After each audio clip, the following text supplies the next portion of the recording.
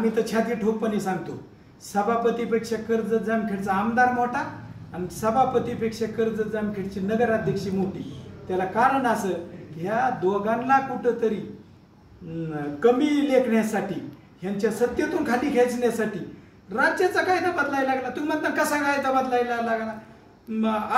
7 तारखेला अविश्वास दाखल झाला, 8 तारखेला लगेच नोटीस निघली, संध्याकाळीच लगेच 16 तारीख निघली, 16 तारीख निघली की लगेच त्यांचं ठरलं की आता जी तक्रार केली त्याच्यात नगराध्यक्षांचं पद जात नाही। कसंच पद जात नाही? पद जात होतं, तुम्ही तक्रार केली होती ना।